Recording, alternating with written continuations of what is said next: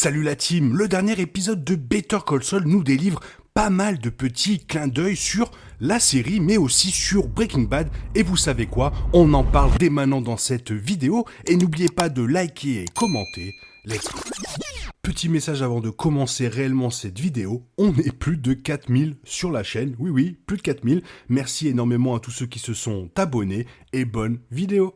Sans surprise, le final de Better Call Saul est rempli de rappels, de références et d'easter eggs. La saison 6 avait ouvert les vannes depuis le début, donc rien de surprenant.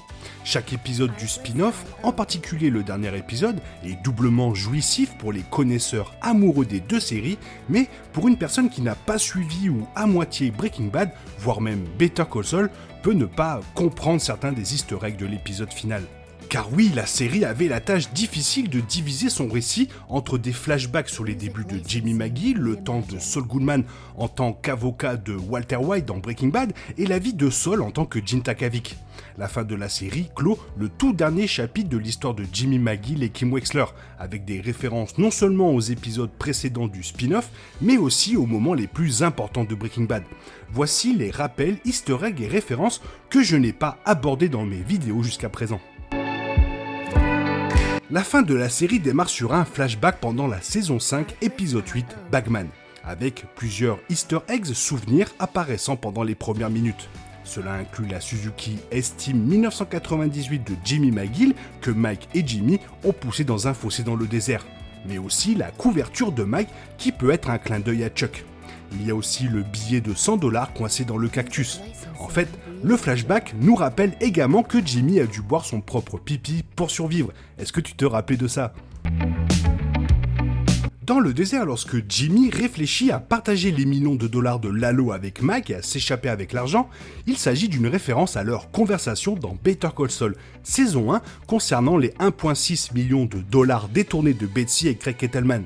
À l'époque, Jimmy a également envisagé de prendre l'argent, mais à la place, il l'a rendu parce qu'il voulait faire la bonne chose, ce que Jimmy a juré de ne plus jamais faire dans le futur. Cependant, comme Mac l'a alors dit à Jimmy, Mac n'a pas volé l'argent parce que ce ne serait pas professionnel, et comme Mac l'a rappelé à Jimmy lors de ce début d'épisode, ne pas être professionnel dans ce monde signifie la mort. Le téléphone portable Flip and Call que Gene attrape dans son armoire est un rappel de la saison 4. Jimmy a pleuré beaucoup plus que lors de la mort de Chuck dans Better Call Saul saison 3, lorsqu'il a découvert que sa première cliente de soins aux personnes âgées, Géraldine, était décédée. C'est aussi l'héritage de 5000$ que Géraldine a laissé à Jimmy qui lui a permis d'acheter des téléphones portables prépayés pour les revendre dans la rue. Les mêmes téléphones portables qu'il utilisera plus tard pour développer sa clientèle en tant que Saul Goodman. Dans un moment brillant, mais peut-être un poil nauséabond pour lui, on le voit essayer d'ouvrir l'emballage en plastique du Flip and Call, et finalement, l'ouverture du pack est tellement difficile et bruyante que la police comprend que Gene se cache dans la benne à ordures. Bien que Jimmy l'ait déjà fait, c'est la première fois que Gene plonge dans une benne à ordures. Jimmy est entré pour la première fois dans une benne à ordures dans Better Call Saul saison 1, alors qu'il cherchait des preuves déchiquetées pour l'affaire Sandpiper. Il s'agit également d'un rappel au premier épisode de la saison 6, Wine and Roses, où la police saisit les biens de Saul Goodman et un flic mettant une affiche en carton grandeur nature de Saul dans la benne à ordures, mettant déjà en place le malheureux destin de Gene. Toujours dans la benne à ordures, Gene sort une carte de visite qui fait référence à Ed. Derrière la carte est écrite la phrase Hoover Max Extract Pressure Pro modèle 60, qui est le mot de passe d'Ed pour un package spécifique dans ses services. Il s'agit de la même carte que Jimmy utilise pour contacter Ed dans la scène de la saison 4 de Better Call Saul qui se passe pendant Ozymandias de Breaking Bad. Au poste de police où Gene était détenu, des policiers regardent l'une des publicités télévisées de Saul. Bien que la caméra ne montre jamais ce que les flics regardent, l'audio de l'annonce confirme que c'est l'annonce Better Call Saul qui a été diffusée dans la maison de Jesse dans Breaking Bad saison 2. Cela confirme à Gene que les flics connaissent déjà la véritable identité de celui-ci. Seul dans sa cellule de prison, la première chose que fait Gene est de paniquer et de frapper la porte de frustration, jusqu'à ce qu'il voit une phrase griffonnée sur le mur. Ce qui fait rire Gene, suivi par Saul appelant finalement Bill Oakley. Gene frappant le mur est une référence à Jimmy donnant un coup de pied dans la poubelle au sous-sol du bureau de HHM, et quand Gene a donné un coup de pied dans la cabine téléphonique après avoir parlé Kim. Seulement, cette fois, Gene s'est finalement blessé. La phrase griffonnée sur le mur a rappelé à Gene la fois où il s'est retrouvé coincé dans la salle des ordures du centre commercial, où il a gravé « Saul Goodman was here ». C'est essentiellement ce qui transforme Gene, le manager, en avocat Saul Goodman. Le rire de Saul rappelle également le moment troublant de Walter White dans l'intense épisode Crawl Space de Breaking Bad. I swear, Walt. You gave our money to Panic. Walt, please, just hear me out, please.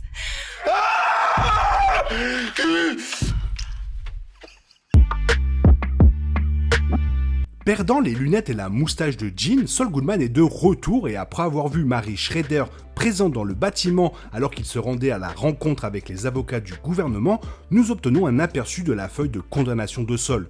Une affaire RICO avec 27 violations sous-jacentes. Outre le complot en vue de fabriquer et de distribuer des substances contrôlées, cela comprend 8 chefs d'accusation de blanchiment d'argent et aussi d'être complice de plusieurs meurtres, dont Hank Schrader et Steven Gomez. Cela se résume à une peine de 190 ans, mais le procureur principal est prêt à donner à Saul que 30 ans pour sa coopération afin d'éclaircir l'affaire. Saul demande à l'avocat que Mary Schrader entre dans la pièce et l'utilise finalement pour les intimider afin de conclure un accord de 7 ans et demi à la place. La saveur de la glace que Saul voulait se faire livrer dans sa cellule de prison une fois par semaine est apparue tout au long de la saison 5. Quand Kim écoute les prochains grands projets de Saul par exemple. La même saveur apparaît à nouveau dans l'épisode suivant, 50% Off, dans lequel Saul savoure un cône de pépites de chocolat à la menthe jusqu'à qu'il soit rejoint par Nacho, qui a insisté pour qu'il laisse tomber le cône afin de ne pas salir la voiture. Dans l'épisode suivant, The Guy for This, Jimmy voit la glace toujours sur le trottoir, couverte de fourmis. Puis, dans le dernier épisode de Better Call Saul saison 5, Jimmy demande à Kim de mettre la glace à la menthe dans son bol au lieu du sien. Alors, quelle est la véritable signification de la glace de Better Call Saul ? Dans la série, la glace à la menthe et aux pépites de chocolat représente le game. Saul utilise la crème glacée pour rendre son plaidoyer plus ridicule et après les accords de négociation et le témoignage final de Jimmy, la crème glacée n'est plus jamais mentionnée, ce qui implique que Jimmy est sincère à l'idée de se retirer du game pour de bon. La scène de flashback de Walt et Jimmy se déroule pendant l'avant-dernier épisode de Breaking Bad, Granite State, la dernière apparition de Saul Goodman dans la série mère. En plus d'être un autre moment qui fait référence au voyage dans le temps, la réponse de Walt à la question de Saul sur le voyage l'amène à comprendre que Saul posait vraiment des questions sur les regrets, ce qui amène Walt à regarder immédiatement la montre Monaco que Jesse lui a donnée. Bien que Walt prétende que son plus grand regret a été de perdre l'entreprise qu'il a cofondée, le caméo final de Walt révèle finalement que le plus grand regret de Walt est la façon dont les choses se sont passées avec Jesse. De plus, Walt essayant de réparer le radiateur dans le bunker d'Ed est une référence à la façon dont Walt a commencé à réparer les choses dans sa propre maison comme un moyen de se responsabiliser après avoir été émasculé par Hank. Il a dû ressentir la même chose alors qu'il était coincé dans ce bunker après avoir été exposé en tant que Heisenberg. Sur le chemin du retour à Albuquerque pour son procès, Saul et Bill Oakley montent à bord d'un avion de la compagnie aérienne Wayfarer. Il s'agit de la même compagnie aérienne dont l'avion s'écrase lors de la fin de la saison 2 de Breaking Bad. Dans l'avion, Saul explique à Bill comment ils peuvent utiliser le témoignage de Kim concernant la mort de Ward pour amener les avocats de l'État à inclure la glace à la menthe et aux pépites de chocolat dans son offre déjà intéressante.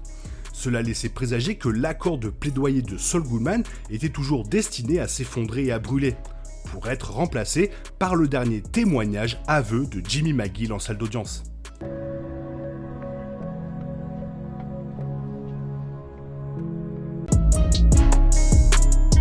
Jimmy se dit doucement « Showtime » avant que la procédure ne commence. Cela fait référence à la façon dont il disait toujours cela au miroir des toilettes avant d'entrer dans la salle d'audience d'Albuquerque avant de représenter quelqu'un en procès. Lorsque Jimmy révèle enfin que son dernier témoignage est en fait une confession, il fait référence au retour de Walt dans Better Call Saul saison 6, épisode 11, Breaking Bad, où Jimmy dit à Mac la même chose qu'il dit à toutes les personnes présentes à son procès, que Walt aurait été en prison ou mort si Saul Goodman n'avait pas été là. De plus, lorsque Jimmy avoue comment il a fait grimper les primes d'assurance de Chuck et a finalement poussé Chuck à se suicider dans la saison 3, le panneau Exit dans la Zen fait référence au panneau vu au-dessus de Chuck dans Chicanery. La façon dont Jimmy a menti pour que l'ex-femme de Chuck, Rebecca, comparaisse devant le tribunal au cours de cet épisode a également été reflétée par la façon dont Jimmy a menti pour que Kim soit témoin de ses aveux et de sa demande de rédemption. Comme le caméo de Chuck dans le final de la série est un prologue de l'épisode pilote de Better Call Saul, il contient de nombreux easter eggs des premières parties de la série. Ce flashback rappelle également à tout le monde que même si Chuck avait raison à propos de Jimmy depuis le début, Chuck ne fait également aucun effort pour voir les efforts de Jimmy d'être le meilleur frère possible. Jimmy, apportant des pommes Fuji, est une référence au final de la saison 1 de Better Call Saul, où Jimmy dit à Ernesto de s'assurer qu'il obtienne des pommes Fuji pour Chuck, une tâche qu'Ernesto ne parvient pas à faire dans la saison 2. Chuck espère que Jimmy n'a pas simplement volé la glace d'un motel est une référence à la façon dont Chuck a toujours su exactement ce qui était dans l'esprit de Jimmy, car Jimmy admet avoir volé la glace de Howard dans le final de la saison 1. Et si on regarde plus loin, quand Chuck dit à Jimmy qu'il peut embaucher quelqu'un pour faire les courses et que Jimmy insiste pour le faire lui-même simplement parce qu'ils sont frères, c'est une référence au moment où Jimmy a finalement arrêté de faire les courses pour Chuck. En effet, chaque easter egg dans le caméo final de Chuck rend la lettre posthume de Chuck à Jimmy encore plus difficile à faire passer.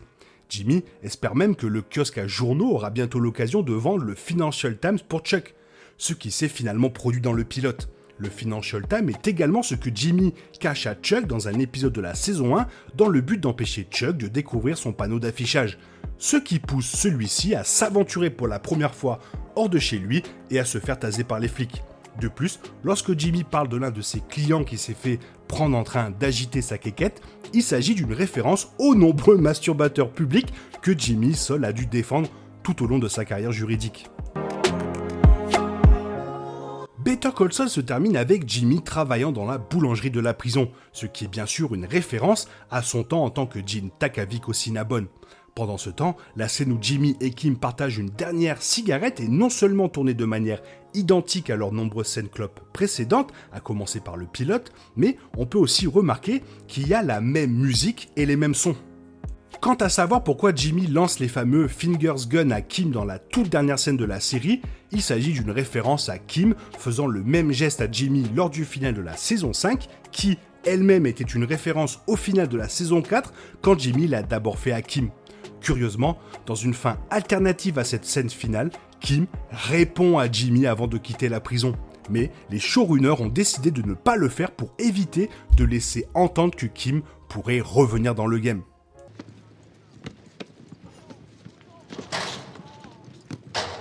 Voilà, j'espère que tous ces easter eggs t'ont plu, il y en avait vraiment pas mal dans ce dernier épisode, mais j'avais déjà abordé les sujets dans d'autres vidéos, donc là c'est juste un complément de vidéo. J'espère que la vidéo t'a plu, et si la vidéo t'a plu, n'hésite pas à la liker, commenter, t'abonner, la partager, merci d'avance.